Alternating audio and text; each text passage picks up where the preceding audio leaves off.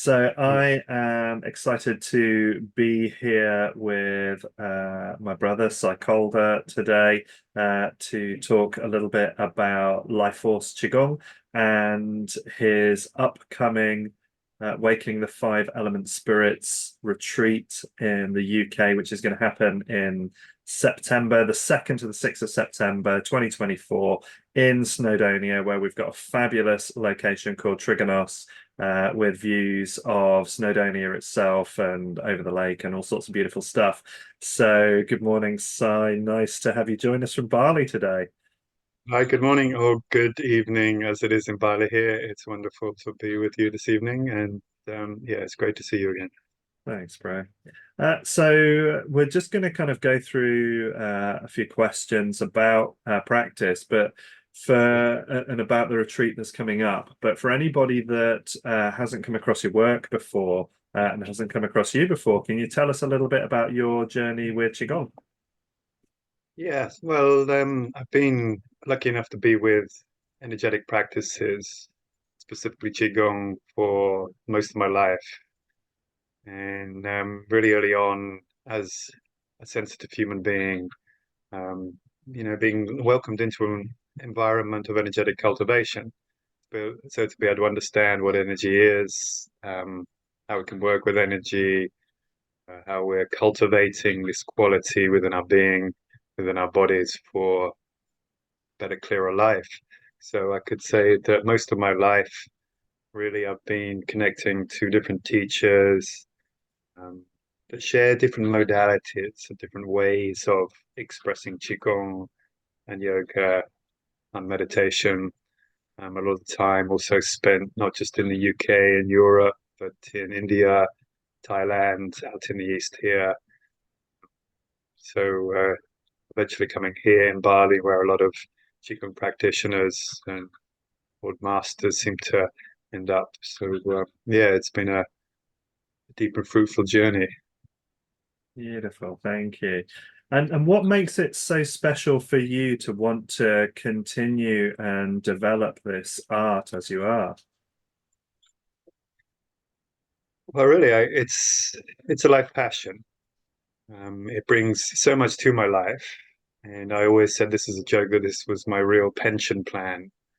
That really, when we understand our connection to life, and it's later on in our lives that really, uh, as our own youthful energy field starts to fall away, that we have something to back it up. And especially in the West, we don't really have icons of health and people to look up to as we get older. Then we come back to the East and we start to understand energetic practices like Qigong, and these actually get better as you get older. So I kind of see it as if I'm going to invest in a business that I want to last for the rest of my life, it's going to be productive, it's going to help me evolve, it's going to be beneficial for my health, my well-being, my connection to spirit, to people. And really, this is the passion foundationally for myself. And there was no real drive years ago to be a teacher. But people came into the vibratory field of what I was practicing, and people actually asked me to share. So it was just through the vibration of who I was and what I was doing that I ended up also becoming a teacher. And it just gets better and deeper and more refined as the years go by. So even at 54, I'm inspired to know where this incredible art will be with me when I'm 64, 74, 84, and the evolution and the accumulation of it. It's a gift. Yeah, absolutely. I mean, I really feel that for myself as well. The more the time goes on, the better, the deeper, the richer, the more amazing it becomes for me to continue to practice Life Force Qigong as well. But why do you think the world really benefits from exploring Qigong at this time? Well, I mean, foundationally, everything is energy. And the essence of energy. And this isn't a belief system. I don't really believe anything. I can believe in things, but then I can also disbelieve in things, and I understand the duality of it.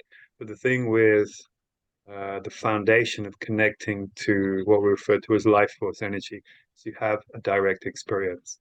It's real. You know it. There's a sense where you connect into it and your whole being comes on like a light bulb and says to you, yes, I'm here, I'm alive. And how many things in your life right now offer you this without having to take sides, without having to believe one thing and then 6 months later the media is going to show you something else and you're going to be believing something else and backing up something else and time on a tradition, probably if you can remember back all the way since you were a child. And that stream is exactly the same. So imagine something real that comes into your being that you experience directly, that speaks directly to you. And for a lot of us, it always has. Maybe we don't know that it's speaking to us. So this then becomes the language to be able to communicate and directly understand it. Beautiful, beautiful. And why wouldn't we want to experience that kind of thing in life? So tell Why us a would little, yeah, sure. So tell us a little bit about how you developed Life Force Qigong and why you felt the need to develop your own take on these formulas for health. well, I was never really as I say, directly into learning anything specifically. I was an artist. I was interested in consciousness. I was interested fundamentally in what it is to be awake and alive. I connected with quite a few different religions and different yoga practices, but they didn't really have 100% yes. It always felt like I was trying to fit into a belief system or practice. There was part of me which didn't feel pure enough, or that I needed to cultivate into purity. There were certain levels or certain qualities that weren't touched.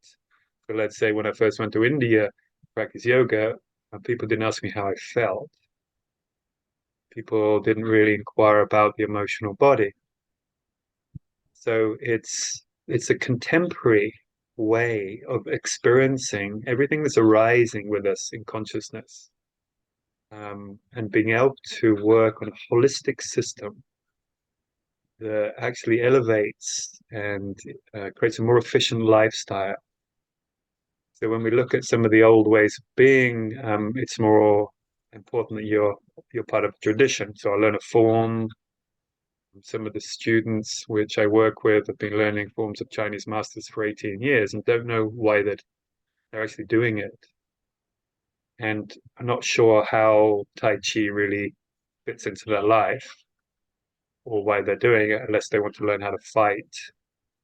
But then I never fight. So then why, for myself, what I learn, martial arts called Tai Chi, the foundation to it is fighting. So what do I require? I require health. Okay. I require a unification of mind, because if I'm just looking at the vibrations or the oscillations of my psyche, it doesn't encounter the emotional body, it doesn't encounter the physical body. So then we have a way to understand the energetics of emotion, which directly integrate with thought and the mind. And then we bring all of this into feeling. And the energy patterns which arise from the past are based in traumas and disassociations. Even when we look at things like Alzheimer's, we can see that there's a mind body disassociation.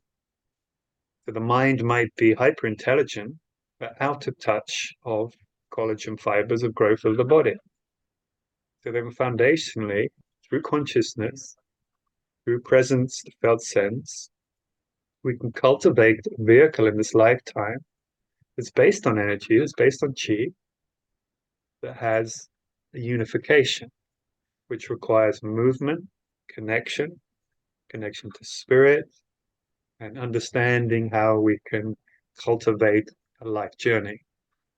And I've been able to take and sample from many different masters, different systems, different teachers, and really just invite into my being what I require for myself. But as a contemporary um, experimenter, a contemporary bioenergetic facilitator, so I've traveled all over the world teaching for many years, and taking this art into many areas, many different cultures, and being able to be with many different people in many different ways. And the foundation of this is based in simplicity, simplicity of feeling, movement, integration of the emotional body, integration of thought, the mind, the sense of peace and calmness which comes through. So this is really the foundation to all the practices. And really the foundation is presence. Yeah. Arriving here and now, in the moment, without anything taking us out of the moment. And the deepening practices of all the forms actually highlight then what takes us out of presence. And with the subtle body and a deep understanding, we can then highlight these. Could be trauma, could be something to do with the mind, be some pathology in the body. We can bring these bodies back into harmony within the flow. So we're not just talking about you having developed new or variant forms. There's a lot more depth and a lot more philosophy behind what it is that you're generating in Life Force Qigong. Absolutely. I mean, it really is the depth. We can look at ourselves when we practice an energy art, and it's like an iceberg. So the top 10% of the iceberg you get to see, and 90% is what's underneath. So I'm working with a lady at the moment from Geneva. She's just spent 3 years doing a degree in Qigong, which is licensed by the government, and she's come out sick. Why? Because she was just taught form after form after form after form after form with no understanding of energetic. And the teacher didn't have the qualities to be able to sink in to the energy underneath. And it's the energy inside the form that makes it our Qigong. So it relies on a certain depth of being and understanding, which is where the cultivation comes in. And I feel really this is what the depth of Life Force Qigong offers. Beautiful. So what do you feel is the most misunderstood aspect of Qigong, and how do you mitigate this in your teaching? It's a good question, and we can reflect some various paradox here. That I think the most misunderstood thing about Qigong is believing that you understand what Qigong is. And well, it's really having a form, it's how do we get into anything? By verbally seeing it, visually seeing it, verbally hearing about it, and being attracted to it. And I refer to a lot of this as YouTube Qigong. You can learn all the forms of, and you see some people and they look very static, and you can tell they're moving from the mind. Well, this is mind shape. This is basically everything most of us do all the time. We go to the gym, we want to see our muscles in a particular way, we have a projection of who we're going to be in 10 years. But what's really arising in the present moment is pure energy. And even the subjective ideas about what presence is. Presence isn't something we can cultivate. Presence is something that spontaneously arises. It's the only thing we can't cultivate.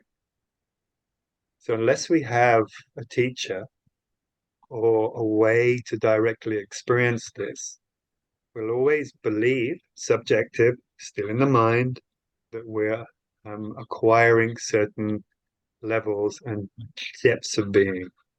And this is where I can understand from the old teachers, the old methods, they would say, well, you are required to be with a teacher that has cultivated this vibrational level to get transmission to understand where we are, which cuts through a lot of the bullshit of the new age that you are your own guru.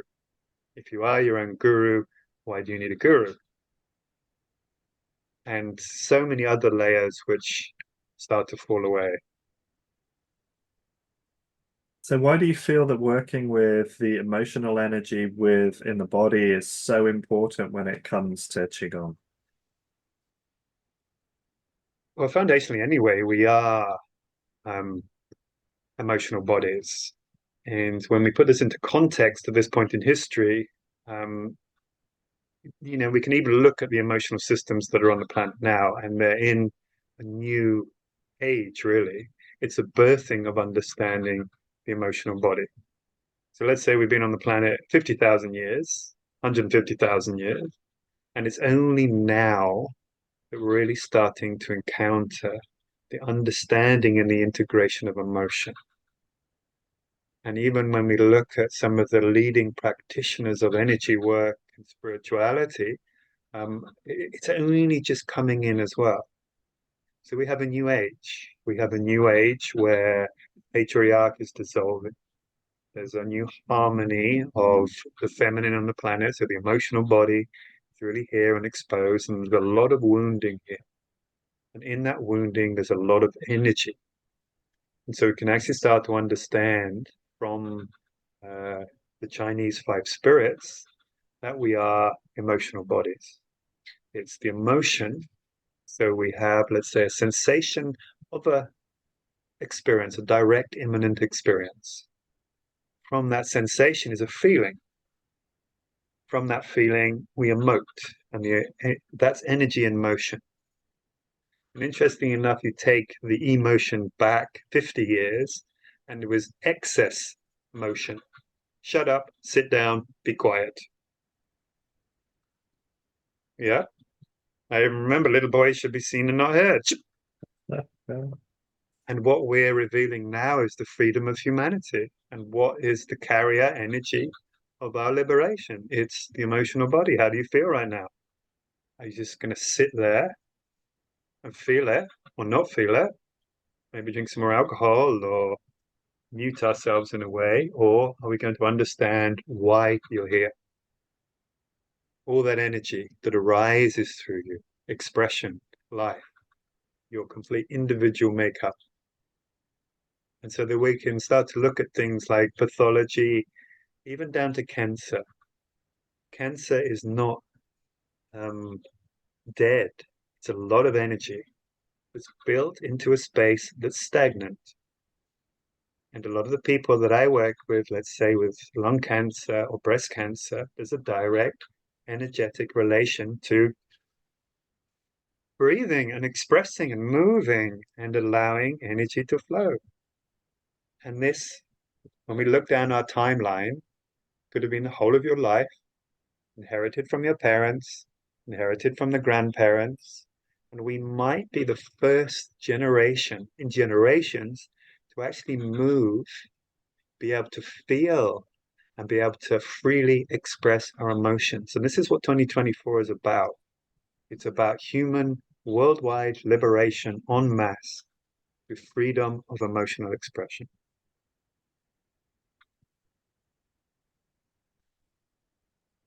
So that's great. Thank you, Sai. Tell us a little bit more about what the role of the movements in Qigong have when it comes to our emotional energy.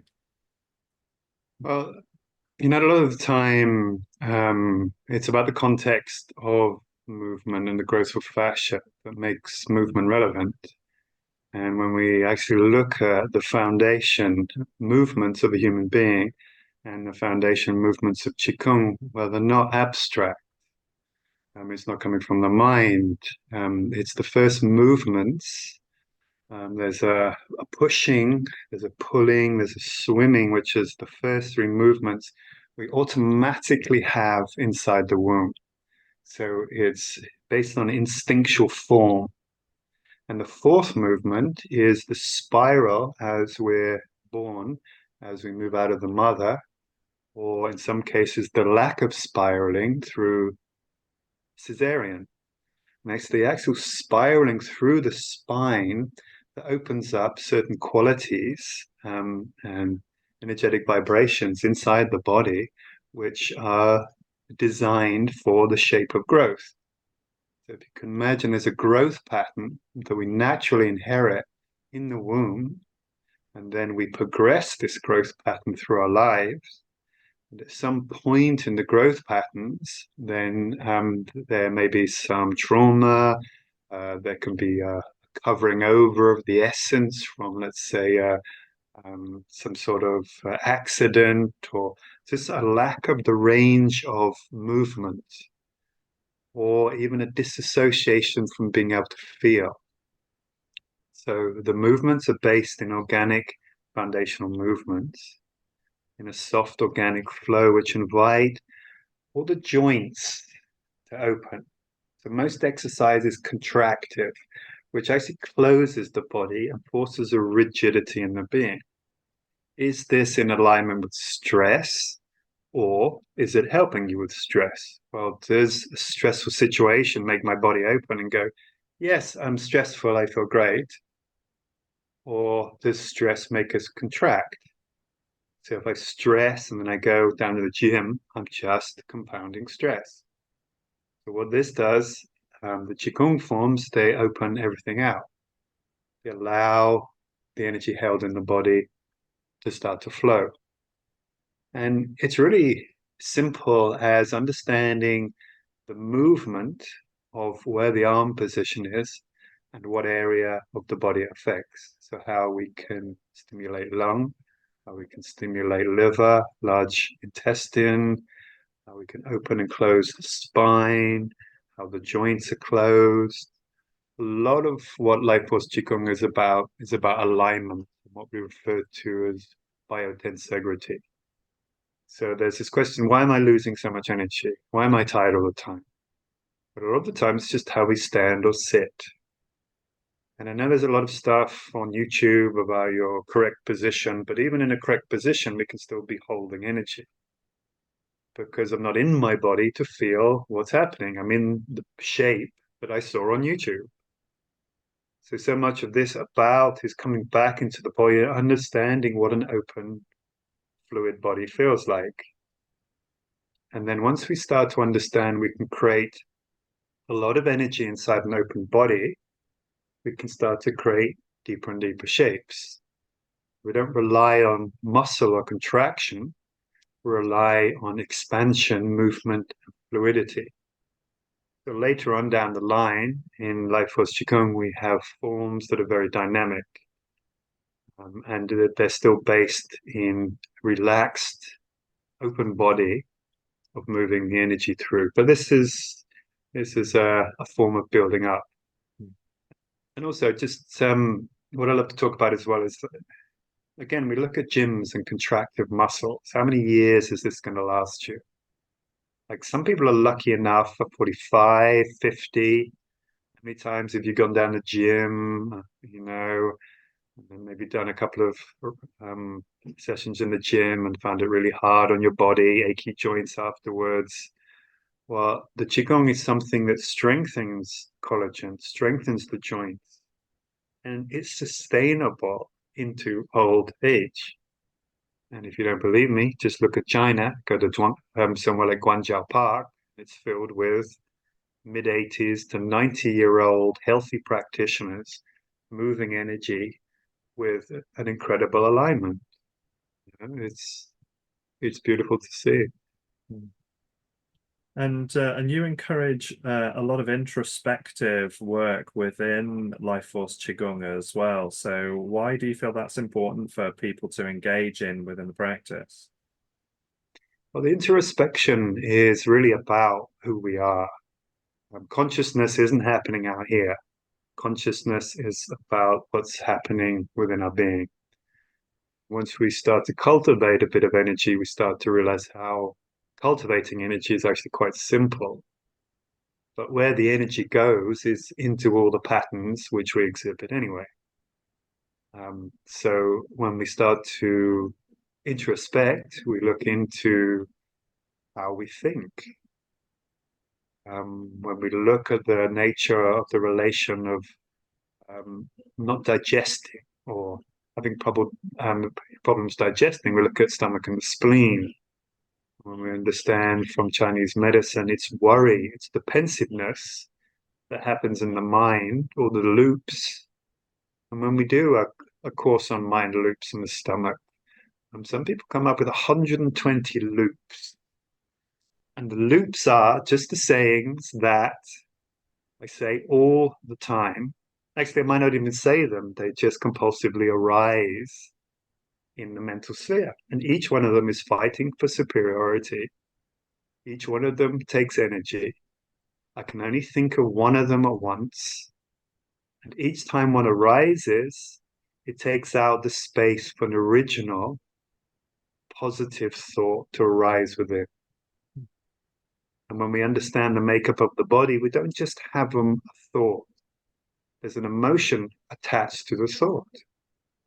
There's a feeling attached to the emotion, attached to the thought. And they all consume our life force energy. I love the reflection that each thought also has a minor shape in the body to it. So if we could put ourselves under a microscope with all the thoughts that are rising, we'd see ourselves doing this little internal dance. And this is unconscious. This is the shadow. This is what's being fed the whole time. So if we're really interested in who we are, if we're really interested in cultivating deep internal spirit, let's face it, we've probably got another 50, 60, 80 years left on the planet. We have time, and it's worth cultivating that sense of deep spirit for the rest of your life. Happiness, smoothness, self-understanding. Really, Instagram is about narcissistic reflection for a lot of people back to who I would like to be. But wouldn't you really like to know who you are? That's what the internal understanding is about. You open up your own personal consciousness. And it's deep. It's beautiful. There's so much of you alive and awake inside there. And then what we do is we cultivate a sense of friendly compassion, where we start to garden our inner being. You create the feelings, the person, the emotional flow, and the thoughts of a life that you would like to be, but within a context of reality. We understand the limitations. It's not that I believe that I can do anything, but when I start to understand the reality, there's a lot of stuff that I can do that's in alignment with who I am and where I am and what I am here to do in this lifetime. And I love this idea that the body wears the shape that the mind creates. I Yeah, think it tells us a lot about what we see in other people. But absolutely. why do you think the experience of and the connection to Qi can be so challenging for many people that come to Qigong? It can be a shock. It's part of, and we hear this a lot in spiritual practice. It's waking up. The experience of your life force energy, of not having to believe it, but directly feeling that you're alive, you're vibrant, is a sense of connection to something else other than maybe the limited self or the constricted, limited thoughts which I have, or the belief that there's nothing more in life. There's so many different layers that come, and this is just for some people. For other people, it can be really the connection that all of a sudden a magical world opens up. But actually, the more we cultivate this, it's not really a magical world. It's a world that exists here anyway. It actually becomes more practical. Look at a child, look at a baby before it's conditioned. It already has this connection to sensitivity and life. And when the conditions come, other beliefs, other forms, compulsion, alcoholism, addiction, the fear of being in relationship, all these are just energetic patterns. But there's solidification of energetic patterns. That energy is constantly moving, it's constantly fluctuating. What happens when we're not pushing them away, we're not denying them, we're giving them space, validity, we're feeling them because they came up, they were arisen in the moment for a reason. Then we get back to what we refer to as our original essence, where we feel this limitless freedom. And the beautiful thing about it is it's not in a child's body. I love being 54 because I have so many tools and so much option and intelligence and connection for being alive, but with this spontaneous freedom of understanding the gift of life, that I am alive and I am a pure energetic body and manifests into different qualities. And again, this isn't a belief system, this is just a direct experience that arises within us. A lot of the time, when you listen to somebody talk that's embodied, you don't have to believe what they're saying. It's not like a motivational speaker that makes you feel high in the moment, and afterwards there's a lull. It's something that intuitively you go, yes, I know that. I knew that when I was young, but where can I find it? How can I get back to it? Well, this is the method of getting back to it. Beautiful, thank you. And you're going to be over in the UK this September, the 2nd to the 6th in North Wales to deliver your Waking the Five Element Spirits. Can Mm-hmm. you tell us a little bit about what people could expect on this retreat? Yes, I'd love to. So it's going to be fundamentally a journey into feeling, into direct experience of yourself, understanding and starting to understand what we refer to as interoception. So the internal feelings of what arise in you here and now. So a lot of the need to reach out or anxiety or depression or the feeling of being separate is because we're out of touch with our deepest inner being. Even for some level, the layer of touch on the skin can be a lot. But here we're coming in and we're connecting to our organ system, our interoceptive world of consciousness. And this relates to our emotional makeup. So we start to connect with our emotions and allowing emotions to be felt and to be freed. Not in a cathartic way, but in a very light, subtle way, because our process is to connecting with the subtle body. And what happens when we connect into the subtle vibration of energy, it allows those subtle essences to move. And so we start to feel more awake, start to feel more alive. All those limiting, constrictive emotions or the repression of emotions are allowed to be free. So we can start to have some deep realization. We really have this sense of a waking up into our senses. We can start to smell, see, feel, hear at a heightened level. We're able to communicate much more freely, so we're given space to share what it is that brings us alive. And it brings us into what we refer to as the imminent moment. What's happening for you right now? That's where you're alive. Not tomorrow, not last week, what you might be in a year, but how do you feel right now? And for a lot of us, we can't actually answer that, or we don't give ourselves space. And if we do find space, is there another human being here who can spend time with us that's also in that space to communicate, validate what's alive when it's in this moment? And this is what this 5 days foundationally is about. It's going to be a lot of fun, a lot of experience, a lot of sharing, a lot of freedom to be able to express what's alive in you, an unraveling and an unveiling of what we kind of refer to as your true essence, but not in a contrived way. We don't look for what is your true essence. It just arises when we give it space. Beautiful, thank you.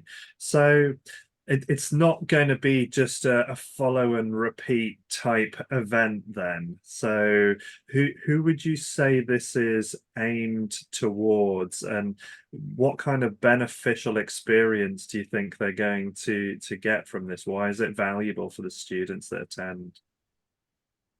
Well, there's different levels of people that it's aimed at. What I find a lot of my students here in Bali are people that have tried everything. They've gone to the Kundalini yogas and the meditations and they've read all the books and they're still hunting, they're still searching.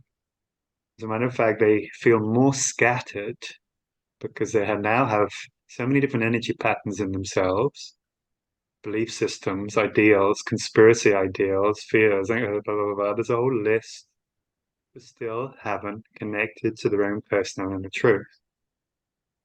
So that's one level. Another level is for people that have never done anything, but feel something, already feel very sensitive. They could be empathic, but are struggling in life because they're so sensitive. And it's really understanding how to be sensitive in this life that gives us the freedom to grow. People that are told, no, you're too sensitive. So here we're saying, no, beautiful. That's the beginning. Let's get more sensitive, but let's understand what being a sensitive human being in this lifetime means. This is for people that have been with masters for 10 years and never felt chi. For people that have been with masters for 15 years and wonder why the master's still pushing them around and they're not really going anywhere. There's something rising, and often what I love about some of the work of Ken Wilber before, Ken Wilber's the exponent of the integral movement, was it's answering a question that you might not have even formed yet, but there's an intuitive feeling, and we get to trust that feeling into an environment that makes us feel connected and safe. So it's not a way that I'm trying to force myself into something. It's just when I listen, there's a certain vibration that says, yes, I've got something here to learn. And also yogis which can be quite advanced, or you might have just a basic yoga um, understanding, but not really feel the energy. And you want to be able to put the understanding of energy into your yoga flow. Or a therapist that's working a lot and you're depleting yourself through other people's pathology. How to re-energize yourself back into life, how to give yourself an abundant level of energy to be able to share more back in your practice.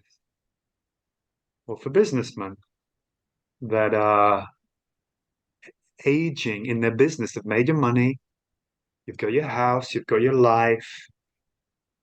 What's the next step? Next step is to cultivate energy and life to be able to enjoy that life with. Beautiful, excellent. I love that.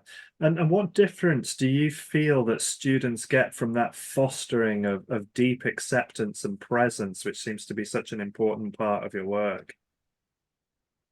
It's it's the beauty of spiritual practice. And what we're really experiencing at this point in history is a strip down of spiritual practice and religion. That something like presence has been talked about so much, or over embellished, or confused with symbology and gods and mantras, but it's an inherent part of human consciousness. So one of the first parts of our spiritual connection is what we refer to as the primary awakening. And the primary awakening is, and it cuts through a lot of, again, New Age spiritual cliche. I'm surrendering. Well, the act of surrendering takes us out of presence. I'm cultivating presence. You can't cultivate presence. I'm accepting. Well, here we just look at acceptance as a lack of rejection. And what happens is presence spontaneously arises. This is how the universe is hardwired. It's not hardwired for suffering. It's hardwired for harmony. And this is a sense of self-compassion, a certain sense of trust and availability for what's already arising within you to have space. And when we experience this, qualities like joy, connection, gratitude, qualities that can't be cultivated actually spontaneously arise. Love that. Amazing. So we've chosen a really quite magical location out in North Wales, a centre called Trigonos, that has beautiful views across the lake and up into the mountains in Snowdonia. How do you feel the location affects the outcome of practice, especially working with five element spirits? Great question. Well, this is really another level of our Qigong practice. When we start to cultivate, again, not a belief system, but a system of nourishment, a system of being able to open up the body, the energy body. So we fluctuate. That feeling that we have when we're joyous and everything opens, we feel very sensitive to our environment. When we connect with a high energy environment, which means that life is abundant. So it's a sense of what's referred to as biogenesis. Life creates life. And if I'm to open up my body energetically in a polluted city, well, I'm going to absorb more pollution.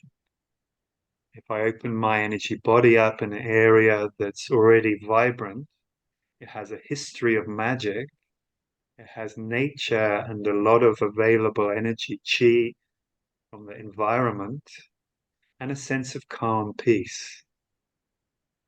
So, if I just to feel what I've just said, imagine your energy body opening up, and you being able to breathe this into your being, and touch all those parts of you that feel out of balance, disconnected, stressed, unaligned, confused. And we can do this directly for 5 full days together as a group, holding each other in this beautiful environment. Which, having been to Trigonos myself and stood on the edge of that lake, looked at those mountains, felt the trees, walked around their organic gardens, which is where the food we're going to be eating is coming from. That's such a direct experience there for me as well, just to be able to put myself in that space and feel that. So, yeah, beautiful. Thanks, Sai. So, just one final little cheeky question: inner peace and qigong, chicken or egg?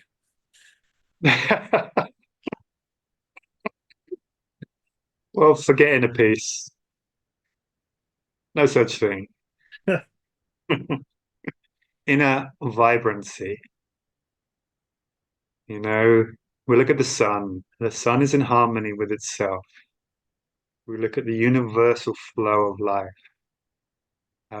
It's vibrant. We're alive. We're growing. And when we come into alignment with this aliveness, we have the sense of aliveness. It's just not a chaotic, separated, confused sense of aliveness. So where the feeling of peace comes from is integration. It's being in the flow of life without being pushed around by the flow of life. It's flowing through the river with a vehicle that allows us to be with this flow. And so Qigong is part of the vehicle which reminds us and gives us an understanding of how to be with this universal energetic flow. Peace arises from being included in the universal flow. It's like the chicken and the egg at the same time. Excellent. Perfect answer. Thank you very much. And thank you, Si. I really appreciate you taking time with me today just to share some of your insight into Life Force Qigong and awakening the five element spirits that we'll be looking forward to in September. Really appreciate your time today. Thank you. Most welcome. It's been a pleasure to be here with you, Ben. Thank you so much for inviting me and give me this opportunity to be able to share this passion of Life Force Qigong.